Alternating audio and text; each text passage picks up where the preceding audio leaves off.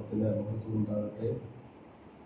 ഈ അനുഗ്രഹിക്കപ്പെട്ടവരെ നിങ്ങളോട് ചേർന്ന് കർത്താവിനെ ആരാധിക്കുവാൻ എനിക്ക് ലഭിച്ച അവസരത്തെ ഓർത്ത് ദൈവത്തെ സ്തുതിക്കുന്നു. കഴിഞ്ഞ ആഴ്ചയിൽ എൻ്റെ സ്ഥലം സഭയായ ഇടുക്കി കല്ലിക്കുഴി അസംബ്ലിയോട് ചേർന്ന് കർത്താവിനെ ആരാധിക്കുവാൻ 26 ശുശ്രൂഷയിൽ സമർപ്പാനും കർത്താവ് കൃപ നൽകി. ഇന്നത്തെ നമ്മോട് ചേർന്ന് കർത്താവിൻ്റെ കഷ്ടാനുഭവങ്ങളുടെ ഓർമ്മയിൽ പങ്കുകൊള്ളുവാൻ ആഗ്രഹിക്കുന്നു എന്നുള്ളത് ദൈവസഭയെ അറിയിക്കുന്നു. ആരാധനയുടെ ഒരു വേദഭാഗം വായിക്കുവാൻ താല്പര്യപ്പെടുന്നു. എന്നായ ലേഖനം 12-ാം അധ്യായത്തിൻ്റെ 24-ാം വാക്യം നാം ഇങ്ങനെ വായിക്കുന്നു: പുതിയ നിയമത്തിന്റെ മധ്യസ്ഥനായ യേശുവിനും ഹാബേലിന്റെ രക്തത്തെക്കാൾ ഗുണകരമായി സംസാരിക്കുന്ന പുണ്യാഹ രക്തത്തിനും അടുക്കലത്രേ നിങ്ങൾ വന്നിരിക്കുന്നത്.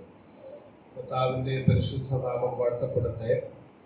ഇവിടെ നാം വായിച്ച വേദഭാഗത്തിന്റെ പശ്ചാത്തലം എന്ന് പറയുന്നത്, പഴയ നിയമത്തിൽ ദൈവസന്നിധിയിലേക്ക് അടുത്തു ചെല്ലരുത് എന്ന് കർക്കശമായ നിലപാട് ദൈവം അരുളി ചെയ്തിട്ട് ഇസ്രായേൽ ജനം ഇനിയൊരു വാക്കും ഞങ്ങളോട് അരുളി ചെയ്യരുത് എന്ന് ദൈവം മുമ്പാകെ നിലവിളിക്കത്തക്കവണ്ണമുള്ള ഭയങ്കരമായ ഒരു കാഴ്ച കണ്ട് ദൈവം അവരെ അകറ്റി നിർത്തിയ ഒരു സാഹചര്യത്തെ പരാമർശിച്ചിട്ട് പറയുകയാണ്, ആ ഒരു അവസ്ഥയിലേക്കല്ല ദൈവജനം കടന്നു വന്നിരിക്കുന്നത്. മറിച്ച് പുതിയ നിയമത്തിന്റെ മധ്യസ്ഥനായ യേശുവിനും ഹാബേലിന്റെ രക്തത്തെക്കാൾ ഗുണകരമായി സംസാരിക്കുന്ന പുണ്യാഹ രക്തത്തിനും അടുക്കലത്രേ എന്ന് ഓർമ്മിപ്പിക്കുകയാണ്. അങ്ങനെയാണെങ്കിൽ യേശുക്രിസ്തുവിന്റെ രക്തത്തിന്റെ ആ മഹത്വത്തെ കുറിച്ച് തിരുവചനം നമ്മെ ധാരാളം ഓർമ്മിപ്പിക്കുമ്പോൾ ഇവിടെ ഒരു സാദൃശ്യം എന്ന വണ്ണം ഹാബേലിനെ പരാമർശിക്കുന്നത് നാം കാണുകയാണ്.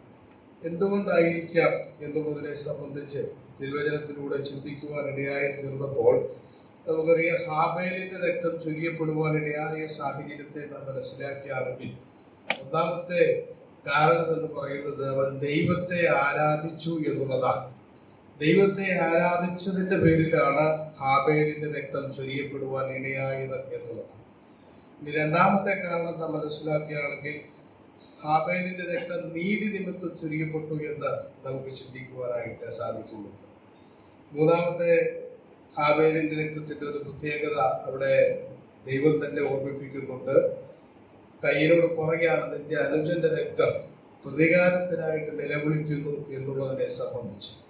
അങ്ങനെയാണെങ്കിൽ ഇവിടെ യേശുക്രിസ്തുവിന്റെ രക്തത്തെ കുറിച്ച് താരതമ്യപ്പെടുത്തിക്കൊണ്ട് പറയുമ്പോൾ ഇതിൽ നിന്ന് എന്താണ് ദൈവത്തിന്റെ ആത്മാവ് നമ്മെ ഓർമ്മിപ്പിക്കുന്നതെന്ന് ചോദിച്ചാൽ, നമുക്കറിയാം, നാം എല്ലാവരും പാപം ചെയ്ത് ദൈവമില്ലാത്തവരായി, ദൈവത്തെ ആരാധിക്കുവാൻ യോഗ്യതയില്ലാതെ, ദൈവത്തോട് ശത്രുക്കളായി, അഭക്തരായി, അനീതിക്കാരായി ദൈവത്തിൽ നിന്ന് അകന്നുപോയ സ്ഥാനത്ത് നമ്മെ ദൈവത്തെ ആരാധിക്കുവാൻ യോഗ്യതയുള്ള ആരാധനക്കാരാക്കി തീർക്കുവാൻ, ദൈവത്തെ ആരാധിച്ചു എന്നുള്ള കാരണത്താലാണ് ഹാബേലിന്റെ രക്തം ചൊരിയപ്പെട്ടതെങ്കിൽ, ദൈവത്തെ ആരാധിക്കുവാനുള്ള ആരാധനക്കാരാക്കി തീർക്കുവാൻ വേണ്ടി ചൊരിയപ്പെട്ട പുണ്യാഹ രക്തമാണ് കർത്താവായ യേശു ക്രിസ്തുവിന്റെ രക്തം എന്നുള്ളത് ഓർമ്മിപ്പിക്കുകയാണ്. രണ്ടാമത്തെ കാരണം നാം ഓർത്തതുപോലെ നീതി നിമിത്തമാണ് ഹാബേലിന്റെ രക്തം ചൊരിയപ്പെട്ടതെന്ന് നാം മനസ്സിലാക്കുമ്പോൾ, നാം ക്രിസ്തുവിന്റെ രക്തത്തെ, ക്രൂശുമരണത്തെ കുറിച്ച് മനസ്സിലാക്കുകയാണെങ്കിൽ ദൈവത്തിന്റെ നീതി ദൈവം നടപ്പിലാക്കിയപ്പോഴാണ് ക്രിസ്തുവിന്റെ രക്തം ചൊരിയപ്പെടുവാനായിട്ട് ഇടയായി തീർന്നത്.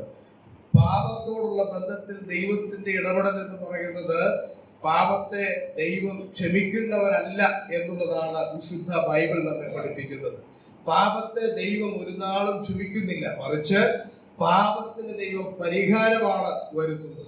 അതാണ് കാൽവരിയുടെ ക്രൂശിൽ നാം കാണുന്നത്. പാപത്തിന്മേലുള്ള ദൈവത്തിന്റെ നീതി ദൈവം നടപ്പിലാക്കി.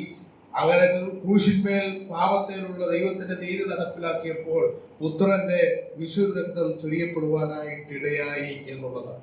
ഈ മൂന്നാമത്തെ കാരണം ഓർമ്മിപ്പിച്ചതുപോലെ ഹാബേലിന്റെ രക്തം ദൈവസന്നിധിയില് പ്രതികാരത്തിനായിട്ട് നിലവിളിക്കുന്നു എന്നാണ് നാം വായിക്കുന്നതെങ്കിൽ, ഇവിടെ നമുക്ക് മനസ്സിലാക്കുവാൻ സാധിക്കുന്നത് ക്രിസ്തുവിന്റെ രക്തം പ്രതികാരത്തിന് വേണ്ടി നിലവിളിക്കുന്ന ഒരു രക്തമല്ല, മറിച്ച് പ്രതിപകരമായി നിലവിളിക്കുകയാണ്. പ്രതിപകരമായി എന്ന് പറഞ്ഞാൽ പാപികളായ എനിക്കും നിങ്ങൾക്കും പകരമായി ദൈവസന്നിധിയിൽ പക്ഷപാതം കഴിച്ചുകൊണ്ട് ശിക്ഷിക്കുവാനല്ല, മറിച്ച് രക്ഷിക്കുവാനുള്ള നിലവിളിയാണ് ക്രിസ്തുവിന്റെ രക്തം നമുക്ക് വേണ്ടി ദൈവസന്നിധിയിൽ നയിക്കുന്നത് എന്നുള്ളതാണ് തിരുവചനം നമ്മെ ഓർമ്മിപ്പിക്കുന്നത്. പ്രിയമുള്ളവരെ, ഇന്ന് പകലിൽ നാം ദൈവസന്നിധിയിൽ ആരാധനയ്ക്കായിട്ടായിരിക്കുമ്പോൾ നിശ്ചയമായും നമുക്ക് ഇടയായി തീർന്നത്, ഈ ദൈവസന്നിധിയിൽ കടന്നു വരുവാൻ അവസരം ലഭിച്ചത് കർത്താവായ യേശുക്രിസ്തുവിന്റെ പുണ്യാഹരക്തത്തിന്റെ ആ ഒഴുക്കപ്പെടലിന്റെ അനുഭവമാണ് നമ്മെ ദൈവസന്നിധിയിലേക്ക് കൊണ്ടുവന്നത് എന്നുള്ളതാണ്. അങ്ങനെയാണെങ്കിൽ നന്ദി നിറഞ്ഞ ഹൃദയത്തോടെ കർത്താവിനോടുള്ള സ്നേഹത്തിൽ കർത്താവ് എന്നെ വീണ്ടെടുത്തല്ലോ എന്നുള്ള ആ വലിയ ചിന്തയോടുകൂടെ ദൈവസന്നിധിയിലേക്ക് ദൈവനാമത്തിന് പുറത്തുള്ള